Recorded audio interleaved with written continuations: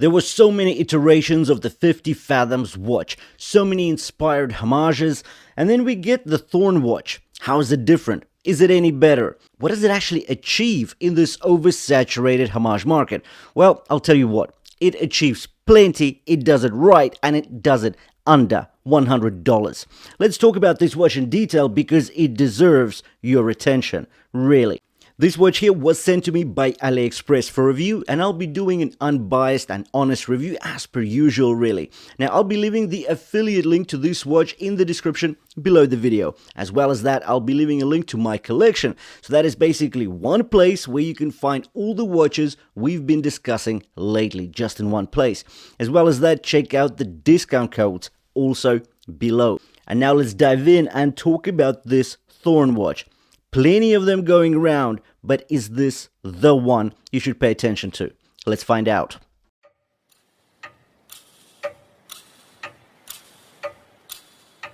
This is Thorn's 50 Fathoms inspired diver, and the numbers put it right in the sweet spot. 40mm across, 13.3mm thick, 50mm lug-to-lug length, and 20mm lugs.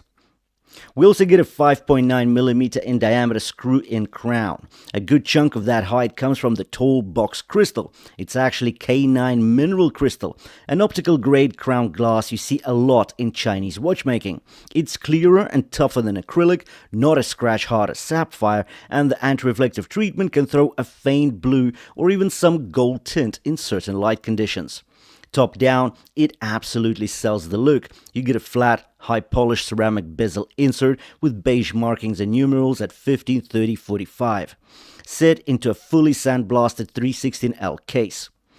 The blasting is so fine it almost passes for titanium, matte, even toolish. The top edge of the bezel is crisp and grippy, and it sits flush with the case flank so the watch doesn't look top-heavy.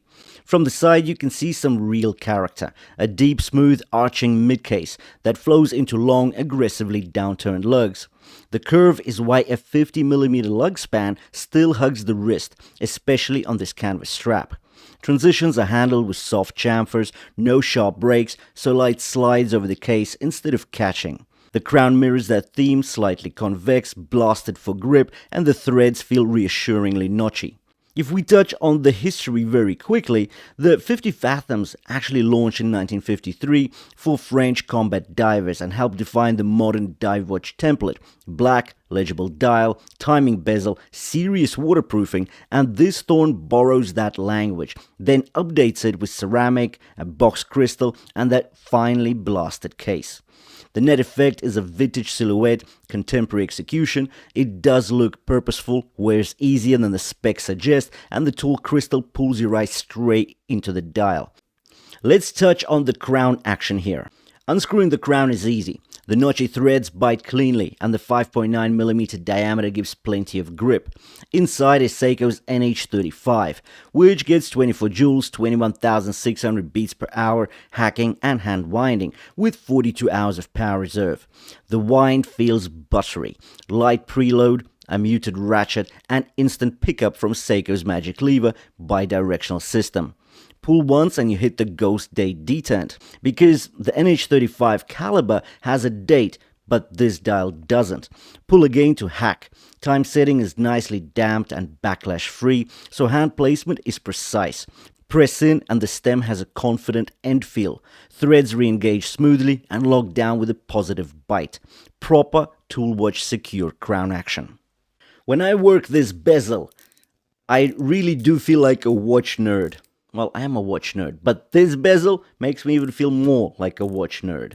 Let me explain why. The grip is sorted. The coin edge on the top rim bites just enough, and even though the bezel sits flush with the case flank, it's tall and grippy, so you don't need fingertips of steel. It's a 120 click unidirectional ratchet, and the first thing you notice is the sound. Crisp, mechanical ticks rather than a dull shuffle. The turning weight is pleasantly heavy. Watchmakers speak would be higher indexing torque, so it moves with intent but never feels stiff.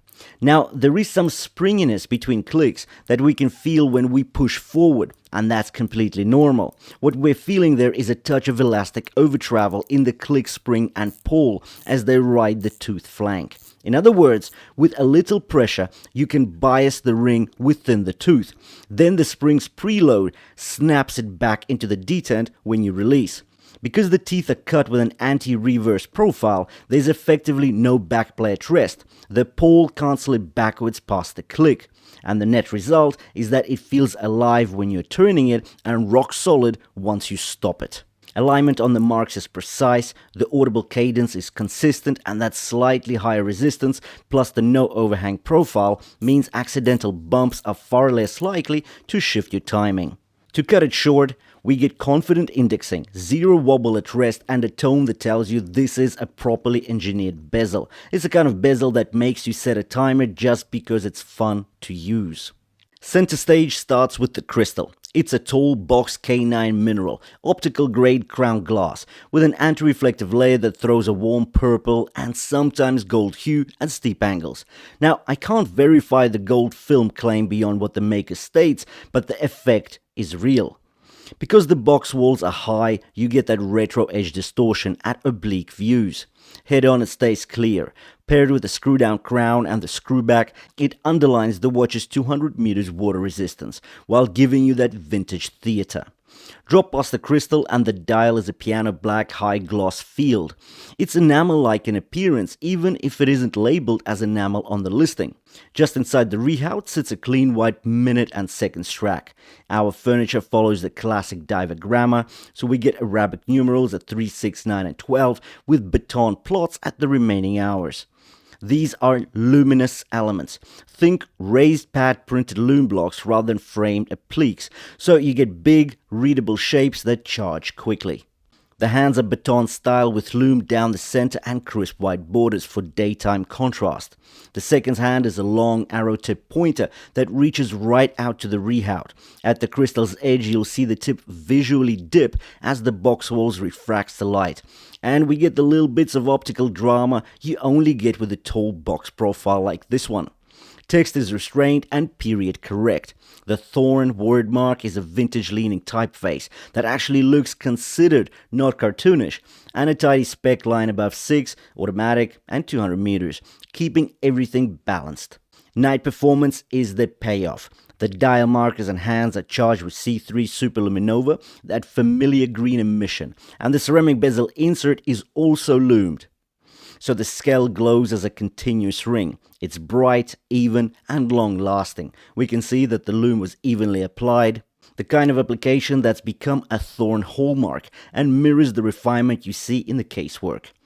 Now that we finished off the review, a question for you guys. What do you reckon? Considering we get Thorn watch refinement, which is up there with the best in class, well, on AliExpress at least, we get the NH35 movement, we get a screw-in crown, screw-down case back, we get a ceramic bezel insert, we get a really good bezel, and the bezel action is solid, but then we get this K9 mineral crystal. Is this a deal breaker? That's what I want to know in the comments below.